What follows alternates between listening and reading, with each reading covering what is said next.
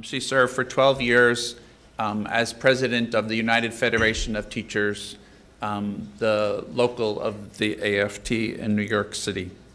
And while she was there, she and I spent a little time teaching together in a school called Weingarten High School in the Crown Heights section of Brooklyn. So without any further ado, let me give you Randi Weingarten.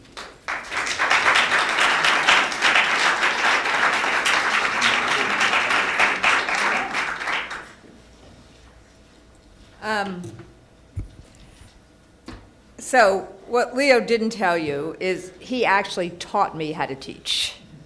And it gives you, Mary Catherine and I spent a lot of time talking about this. The whole notion of having residency programs and having internship programs and how you do that.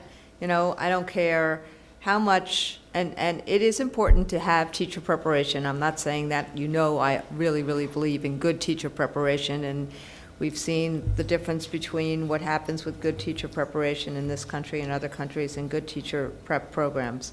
But this notion of having an internship and a residency, I would not have ever been able to teach effectively without the tutelage and the mentoring of this man to my left. Thank you very much, Leo. You can all clap for Leo. So I'm really pleased that the microphone is taller than I am. I'm really pleased that, we've seemed to be doing school climate, school safety, discipline, security, kids getting away from zero tolerance, dealing with how to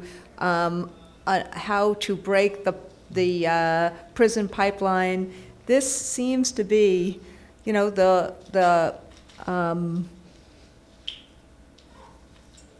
topic of the day. And I saw our friends from Atlantic Philanthropies who are in the back of the room. They have helped us. Where's Cav? Just wave for a second, because I want to give you guys I want to lift you up for a second. They came to us a couple of years ago, and we had some really great conversations about what we need to do, reflections that I'll talk about in a minute, and how we need to do things. And they, we often say to school districts, put your money where your mouth is. Well, they put their money where their mouths were. And they said, we're going to help you if you are willing to go in some of these directions. And they have given us some foundational support where we can do some work in some of our locals, Peoria, Illinois, for example, as well as do some nationwide and some programmatic work like the School Educators Discipline Summit this weekend. And that's how you actually move an agenda. And I just frankly wish that a lot of other entities that keep preaching about what they'd like to see in schooling actually acted and operated like the Atlantic Philanthropies. So I just want to say really thank you very, very much for all of the help you've been to us. Thank you.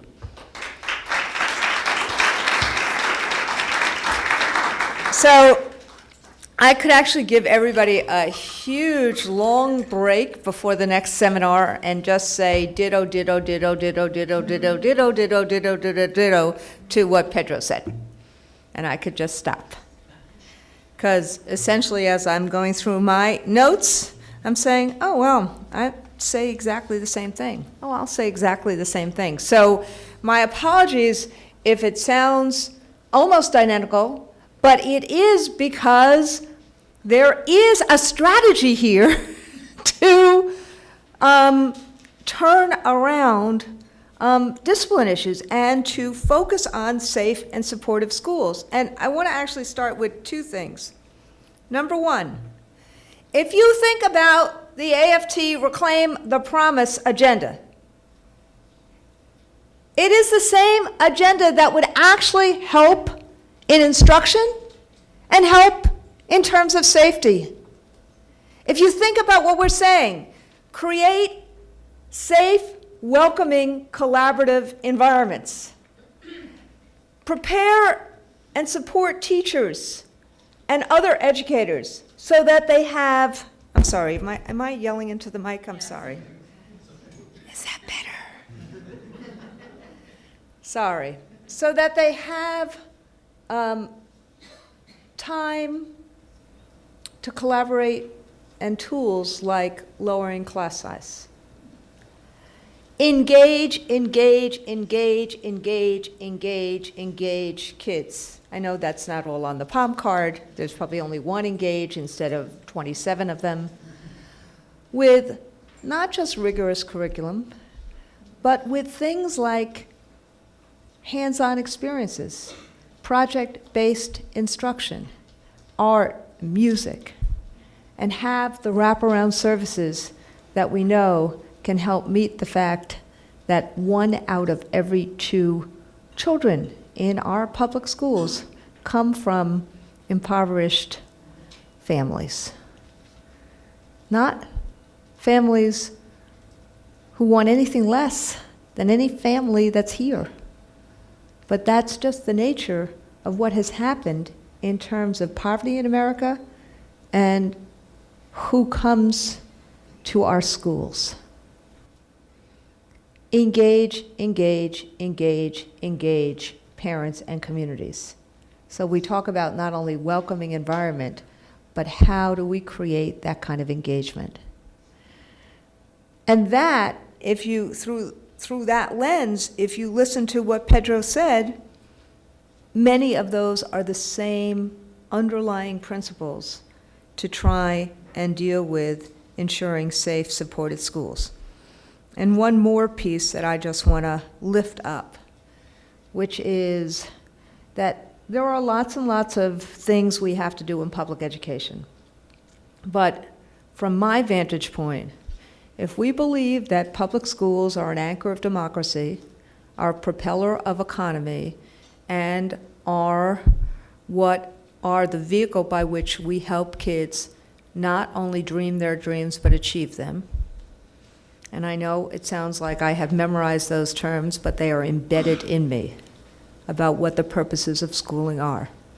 Democracy, economy, and very personal for helping kids become who they need to become. If you believe that, it does feel like there are 3 things we have to do in order to help kids. And why my number 1 thing is the same as Pedro's. Relationships, relationships, relationships, relationships. If we help kids and think about a strategy, start with the strategy of kids developing relationships with their peers and with adults. Start with that. And then the next step is build enough of a knowledge base so that kids can become critical thinkers and can apply knowledge. And then the third piece is to help kids when they stumble and fall, because we all do. But some of us have the means for when we stumble and fall to have a support system that helps us deal with that. So this notion that Paul Tough talks about adversity and grit and character, is pretty important. How do we help when kids stumble and fall? How do we help them navigate their own lives so that they have their own confidence and start taking their own responsibility? Self-control, not somebody else's control. And so many of you who've heard me since January or read anything that I've written or has been written for me since January, I talk about these 3 things: building relationships, critical thinking, and helping kids with adversity and grit. And so what you see is the development of a good instructional program and the development of how to deal with safety and discipline pretty much starts in the same place, and pretty much starts from the whole Reclaim the Promise agenda. So instead of my kind of going through a lot of these first principles, which I think Pedro already went through, let me talk about what we have learned. Because I do think that people first and foremost, from our polling, from what we've seen, from parents, from kids, from talking to educators, from talking to clergy, all throughout this country, there is an agreement that safe, supported schools is in some ways the first principle in education. That schools that I've seen and heard from a lot of parents who opt for charter schools or who opt for a voucher, and the first thing they will say is that school is safe. That's the first thing they will say. If you ask them, would you rather have a great neighborhood public school? The answer is yes, of course.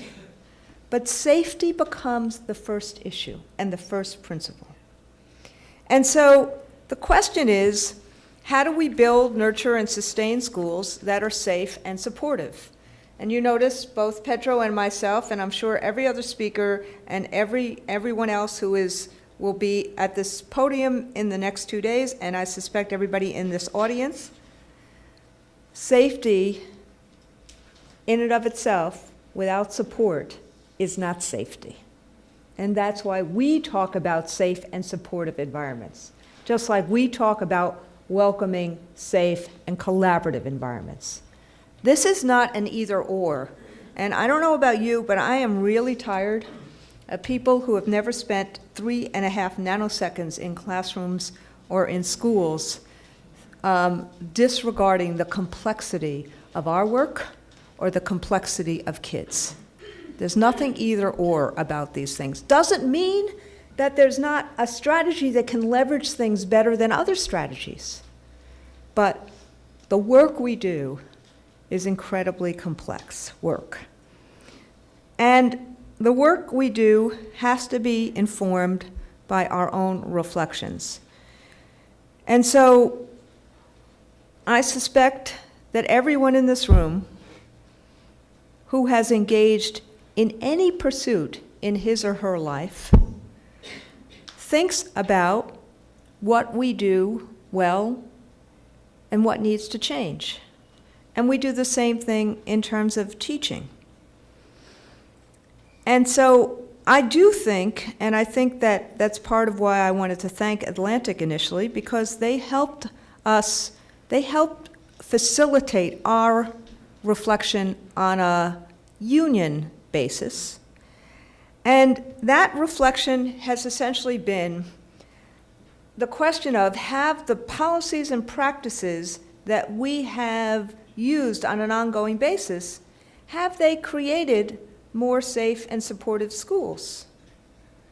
Have they done, in the last 10 or 20 years, what we needed them to do? And again, I'm saying even if they weren't just done on paper, but they were actually applied in practice.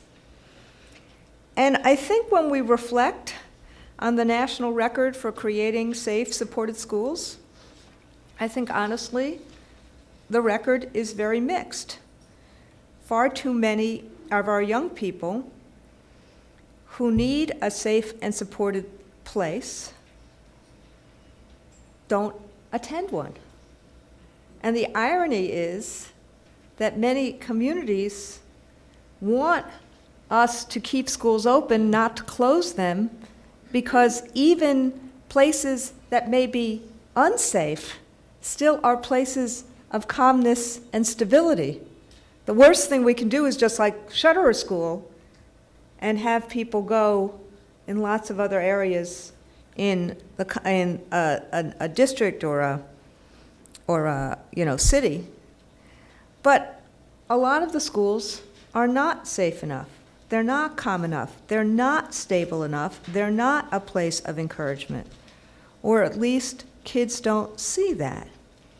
And the absence of that is particularly critical for students who live in poverty and for students of color.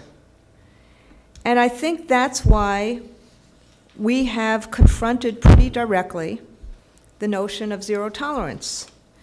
Now, when zero tolerance discipline policies were first adopted in American education about 3 decades ago, the goal was to create safe and orderly schools.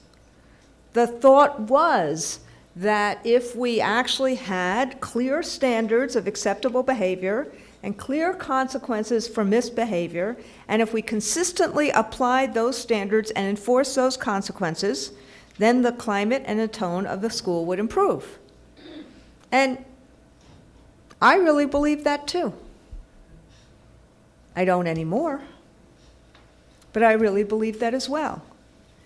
But what we've seen from the data and from the evidence and from our own collective experiences, and I remember Marietta, who, you know what, we had an executive council a couple of weeks ago, and Marietta talked very personally about her own experiences and her son's experiences. And we had others on our executive council do the same thing.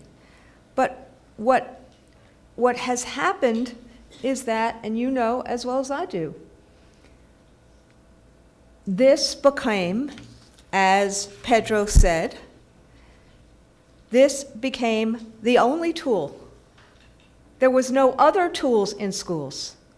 The only tool that principals had many times was to suspend, as opposed to all the other resources that we believed were necessary. And that those suspensions were done in a very discriminatory way. I told the story last week at the forum we had, the Educators Summit, about, I was very moved by the speaker who was right before me, who's currently a superintendent, African-American man, who was suspended for not coming to school. And it moved me to tell a story that I'd never told before about my sister, who also never went to school. But not only was she not suspended, but there were so many resources that were given to her, including by teachers and others, to actually help her move through that very trying period of her life. And what was the difference in terms of the two stories? The color of her skin. That was the difference. And so when we know that, we need to do something different than what we've been doing, and that's part of the reason why we have, as a union, moved away from zero tolerance and are looking for a new way forward. Now, there's no silver bullets, and you know that, and I know that. And one of the reasons why zero tolerance discipline has failed to deliver safe and supportive schools is that it was viewed as a silver bullet. That it would, just by having those tough love policies, that people would immediately just come to order. It's kind of like the no excuses, view of schools as well. But the factors that contribute to the breakdown of safety and order in schools are many, and they're complex, and they're deeply rooted not only in the cultures of schools, but the cultures of community, and a lot of them are based upon the lack of resources and the lack of help from a very young age. And so part of the concern right now is that as we move away from zero tolerance to a holistic, safe, and supportive school environment and school environment and school environment policy, the one thing we can't do is we can't simply change regulations and discipline codes and assume or hope that everything will follow. There is a limit to simply changing law and regulation and thinking that that will be a lever for the change of schools. And I think that virtually everyone in this audience is very fearful that all that's going to happen is we're going to have declare and leave, whether it be the federal guidance or whether it be other things, of people just saying, thou shalt have this different policy, and there will be no resources or no other kinds of strategies with it. And I would ask the civil rights community other communities that have been such leaders in helping us reflect and change, to be as zealot as we are, or zealous as we are, in helping to get the resources we need to make this change possible. So, what is our vision of a safe and supported school? What do we need to do? The one last thing I'll say that we don't need to do is, I would actually say a safe and supportive school is not the same as what a lot of charter schools say when they call themselves no excuses school. As a rule, schools that adopt the no excuses label are highly regimented with cultures that resemble military boot camps. So they take the zero tolerance discipline policies to their logical extreme. We've seen a lot of news articles now about excessive suspensions from some of these places, and they do a lot of drill and kill and a lot of fixation on standardized exams. So every time I hear somebody talk about a no excuses school, I frankly run away from that, because I think that is the opposite direction of where we need to do. I think we need to do what Pedro said, which is, in some ways, engage students. And so these would be the kind of 5 or 6 points that I think about in terms of the full agenda, or a fuller agenda for creating safe and supportive schools. I don't presume that I am the only word on this or the most important word on this. But number 1, teacher education and preparation and teacher professional development need to have as one of their main focuses classroom management strategies and techniques that will provide teachers with useful tools to address disciplinary issues in their classrooms. I cannot overemphasize. There's not enough emphasis I can make on this point. None of us, I don't care who we are, none of us have lived a life that has helped expose us to every single circumstance that we are going to face in our classrooms. And the kind of classroom strategies and classroom management that is needed to just try to have the tools to address things are absolutely imperative. And it's not simply what we get in terms of paper and pencil or in terms of a lecture series.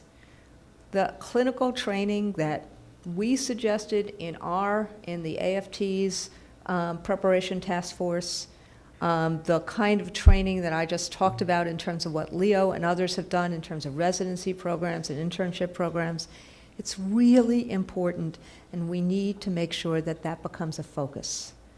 I know when I say this, people are going to say, oh, well, teachers are, administrators constantly blame teachers for lack of classroom management. That's not what I'm saying at all. I'm saying that we need to make sure that we have those tools and that someone is responsible for helping us grow those tools before we walk into classrooms. Not just blame us for not having those tools when we actually haven't been trained for this. And part of that, and this may be one of the most controversial things I say, is that we have to have real discussions of race and gender and implicit bias. We all have to have those discussions. I don't care who we are, what our ethnicity is, what our sex is, what our sexual orientation is. Those kind of discussions end up opening us up to what our implicit bias is, regardless. And it gives us a mirror to see what we may be doing and saying and what cues we may be giving. And so if it becomes part and parcel of the training of teachers, as opposed to, okay, now you're going to have this because a situation just happened, the latter becomes blaming, the former becomes part and parcel of our collective experience. And I think if we did that, we'd have a greater insight into classroom dynamics, into how we manage kids, into how teachers embrace kids. And kids, particularly kids of ethnicities that are different than our own. And, you know, maybe I feel more open and more equipped about talking about this now because I'm pretty open about being gay. But I see it very much in my own experience and my own experience growing up about how good people, great people, said the stupidest things to me, having no idea how it would affect me. And that was hidden. So I think that this, if we can figure out how to make this part and parcel of the tools of teaching and learning, it will be really an important piece to do. And then this notion, even of us, of being immobilized when somebody starts the blame the teacher discourse, in which we're held responsible for every conceivable social ill, we'll be able to respond to that in a very different kind of way. So that's number one. Number two, as I said before, the notion of declare and leave, all of us have to actually fight back on that. And this is what I mean. If the Department of Education, if the Secretary of Education, if the state departments of education, the state chiefs, if they're really serious about moving an agenda, that part of that is the shared responsibility to find the resources to do it. And frankly, and this, I get to this later on, but I'll say it now, maybe let's take a bunch of the resources that go to high-stakes testing and to data collection and maybe move those resources here. Because it is not okay to say, no, there's no resources. If one actually wants to change this, particularly since we know resources for services are absolutely imperative, and I think that Pedro was right when he said, when he commended the honesty of that principal who said, this is the only tool we have. Well, we need resources for different tools. And so I think that number two is all of us, not just teachers and administrators, but all of us need to be able to say, not okay if all you do is do what I call declare and leave. Number three, schools have to have the means to address the issues and the problems that students bring with them when they enter the schoolhouse door. Issues and problems that lead to acting out behaviors that present obstacles to academic achievement. We've talked about it in terms of kids in poverty. It's not just kids in poverty. Kids have tough lives these days. And so we need, this is where the resource piece comes in.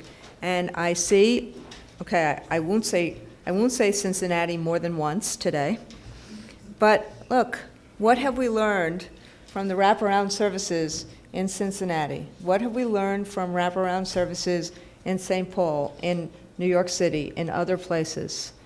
That again, if you wrap services around a school, guidance, social services, health services, they are there when you need it. Not there after somebody has been identified as having a problem and then stigmatized for it, but there right when it's needed, there in a proactive kind of way. And it's more than the services. Pedro said before, and I think he's right, kids who are engaged in extracurricular activities are kids that get kids that get in trouble less. That's probably not English. But the more kids are engaged in extracurricular activities, the more engaged they are in productive behaviors and productive activities. And so this issue of resources is both an issue of the things that kids enjoy, the things we enjoy doing with and for kids, and the things that are services, social, emotional, after-school kind of services. That's number 3. Number 4. Of course we need codes of conduct. Of course they need to be, that we need to work together with communities, with parents, with educators, with students, particularly high school students, on how we create them and how we have input into them. And of course, they need to be consistently applied, not inconsistently applied. But part of that needs to become these restorative justice practices and programs into both curricular and into the disciplinary systems of our schools. And I hope before this becomes like the new in thing, what is the difference? Why are we so big on restorative justice programs? It's not simply that they help build a positive school culture. It's not simply that they're not focused entirely on punishment. What they're focused on is on creating responsibility and helping kids create some authority for themselves and some responsibility for themselves. And so restorative justice is based on the idea that a student who has committed a wrong has the responsibility to repair the harm he or she has done, both to the individuals who were wronged and to the school community. And so the individuals are involved as part of the decision-making process for how to move forward. So it's the point that Pedro made before. Instead of having control that kids react to, it starts the process of creating self-control and creating responsibility. It's it's skill building, an enduring process. But you can't just have restorative justice and no other processes. It has to be part of a bigger notion of a code of conduct that is done communally, meaning not enforced communally, but created communally with consistent and consistently applied. And let me just also say, it doesn't mean that there's never going to be a suspension, but they need to be the exception, not the rule. So, for example, in the situation that just happened in Philly yesterday, was it yesterday, Jerry? Yeah. Where a teacher's skull was cracked open. There will still be suspensions. But if they're not the exception, then we're not going to change these things.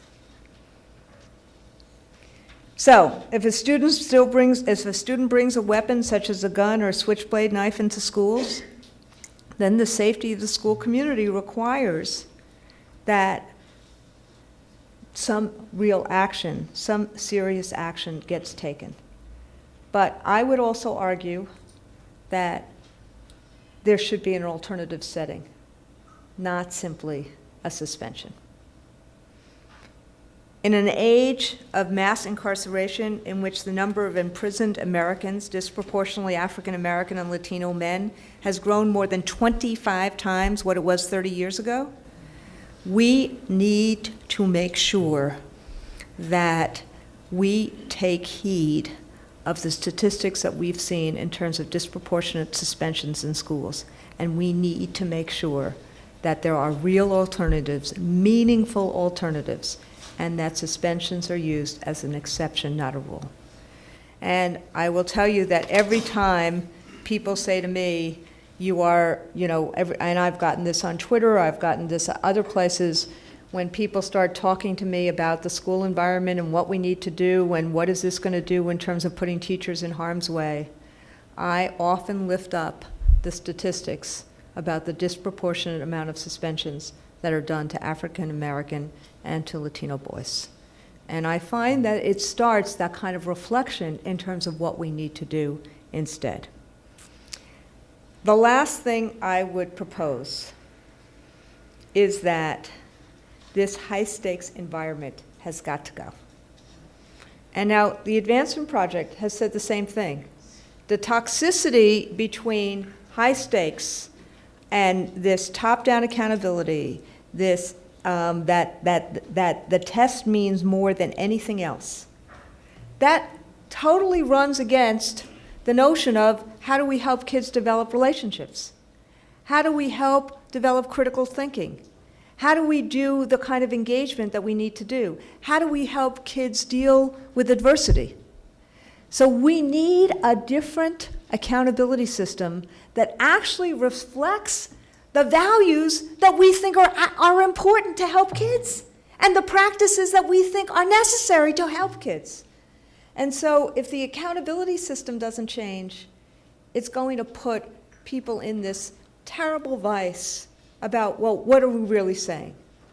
We're saying one thing to kids, we're saying another thing to adults, and that doesn't work. The alignment has to be there. So the last thing I would say is, in order to create positive cultures for safe and supportive schools, it has to, you can't do it in isolation. You can't have an accountability system that is still about punish, punish, punish, test, test, test. Does the accountability system have to have meaningful measures of student work and student learning? Of course. But what would happen if those meaningful measures were less about standardized tests and more about project-based learning? More about what we see in the Performance Consortium schools in New York. So, bottom line is, there's a way of doing this. As you can see, both what Pedro and I say or have said are stunningly similar.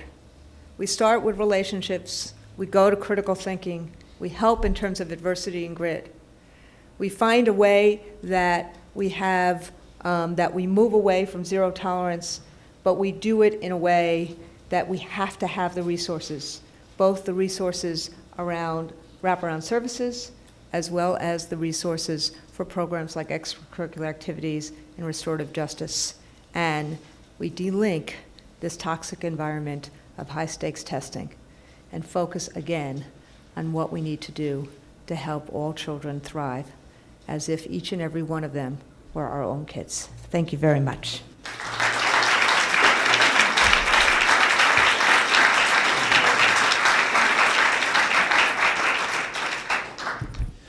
Thank you, Randy. We have some time for some questions and dialogue.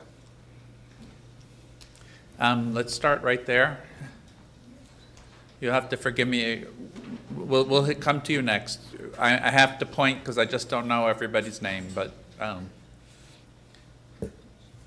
Tom Calhoun, North Virginia. Randy, you were saying, and I agree, with the discriminatory dispensing of zero tolerance, but even if we come up with another, quote, policy of discipline, isn't there focus on how it's dispensed? Because it doesn't matter whether zero tolerance, 50% tolerance, whatever we come up with, if it's not dispensed in a fair manner, isn't that still the same issue? Yeah, no, it has to. The whole notion of consistency and applying practices consistently and equitably is very important.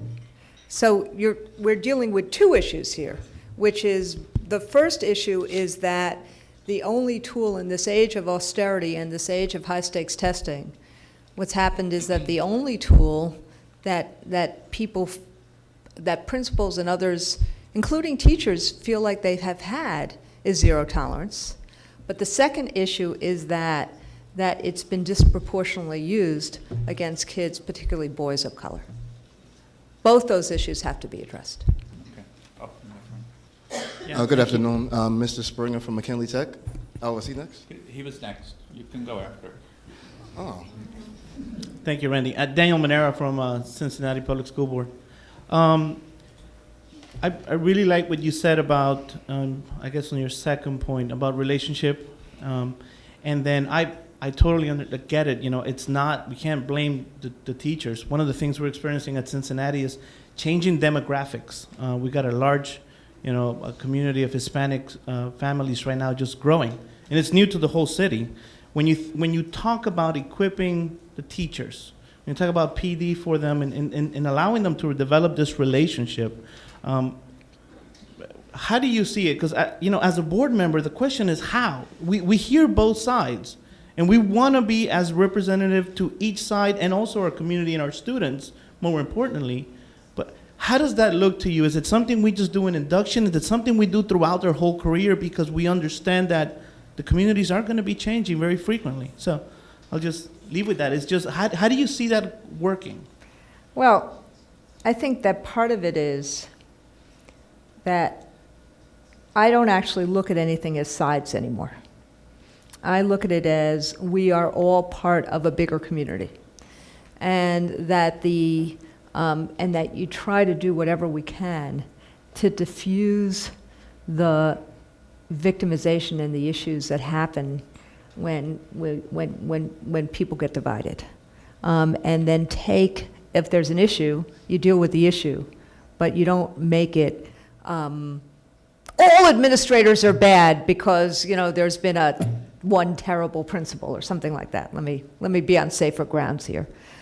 Or we need parent engagement when when we're not getting it. We need parent engagement. Yes, of course we want parents to be involved, but we have to create the atmosphere and the environment to welcome parents into schools. How often did I see in New York City the sense that schools were set up to be imposing places, as opposed to being set up to welcome parents in. And that doesn't say that that if somebody wants to march into a classroom, and a teacher is not prepared, one has to have different ways of doing it. So so I start with, this is pretty complicated stuff, but it starts with an engagement process. But the other thing it starts with is, if one sees, boards and city managers and neighborhood managers are pretty cognizant and have to be pretty cognizant of the trends that are happening in a neighborhood.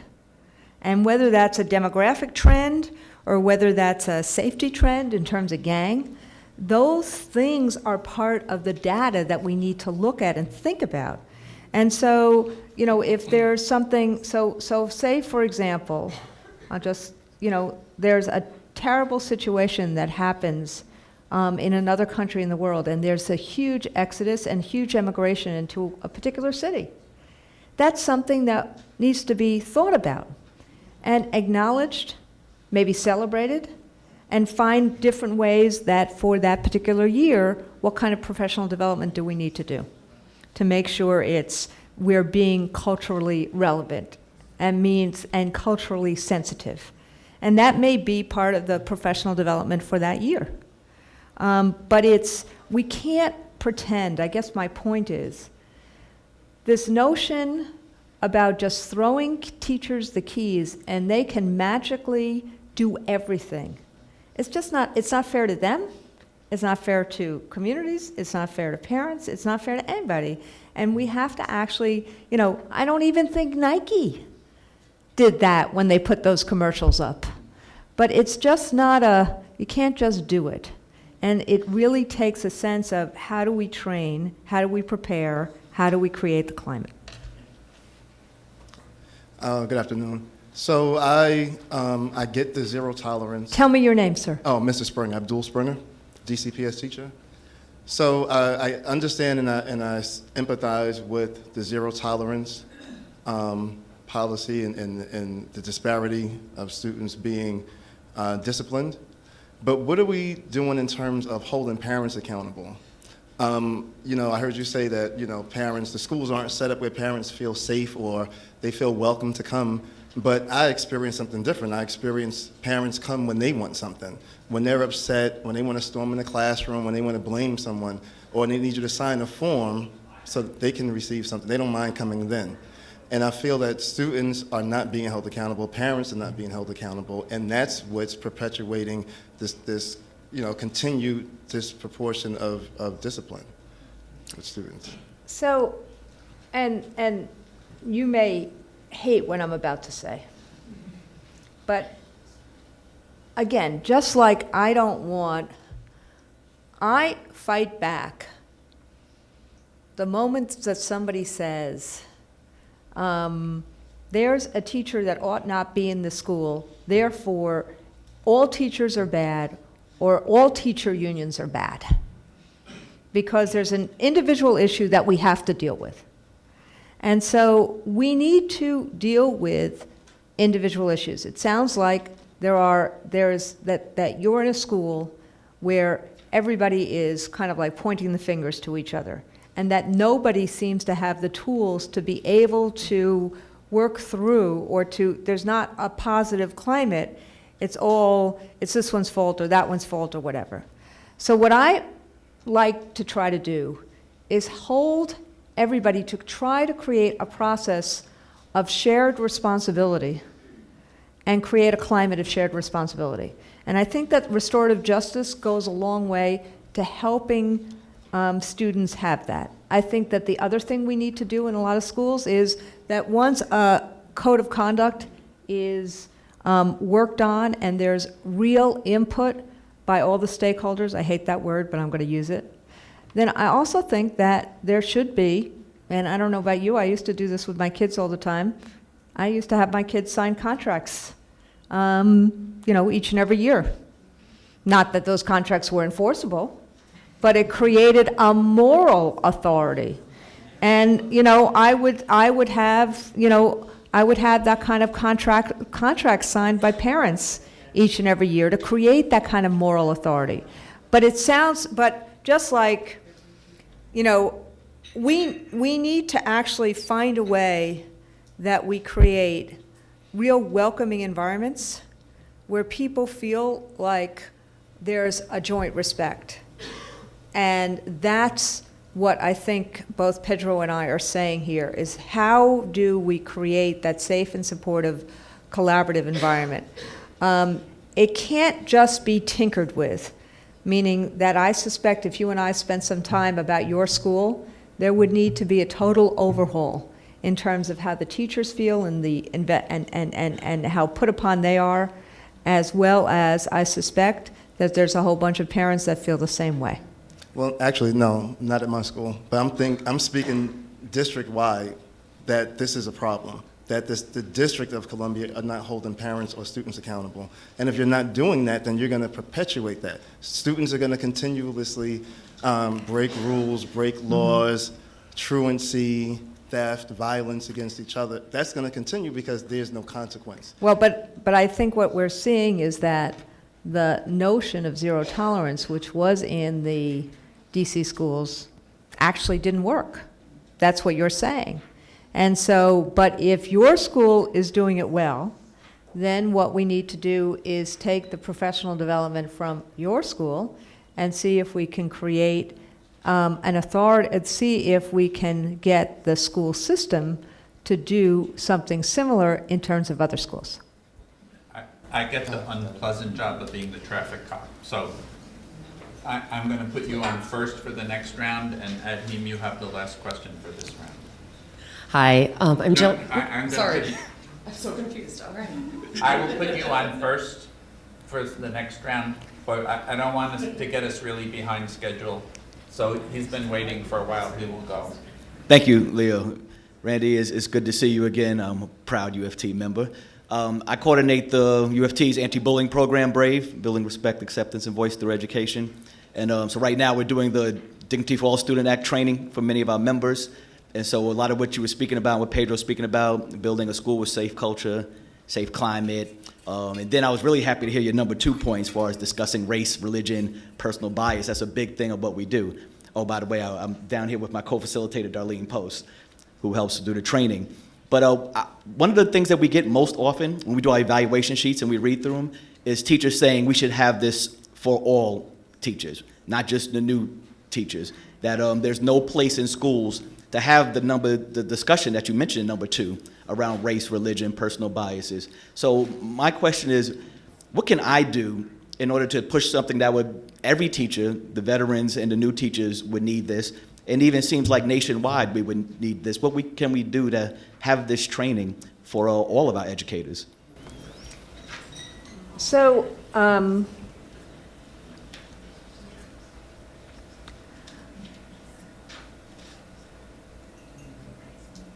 we can't take no for an answer.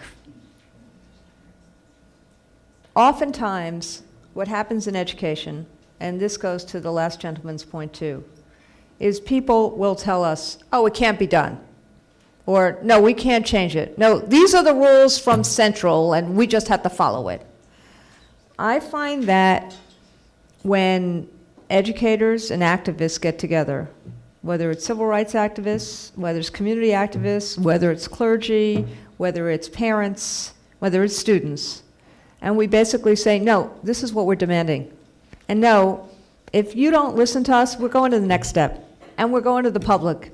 And we're using Twitter. And we're using Facebook. And we're not taking no for an answer. And even to the last gentleman's point, and if you have kids who are with you saying, we're taking responsibility, I need you to take responsibility too, peer to peer. And when you have parents who are with you that says, I'm taking responsibility, I need my colleagues to take responsibility, I find that we get into this box of people saying, oh, no, there's just no resources. Or, oh, no, we can't do this right now. When it's important, like 4th grade test scores, every single kid seems to be taking 4th grade tests. When having high school was important, the United States of America had it paid for through tax money. We have to make it important, not just in this room, but we have to say, if we think it's really important, we have to say it's important and that this has to be the preparation.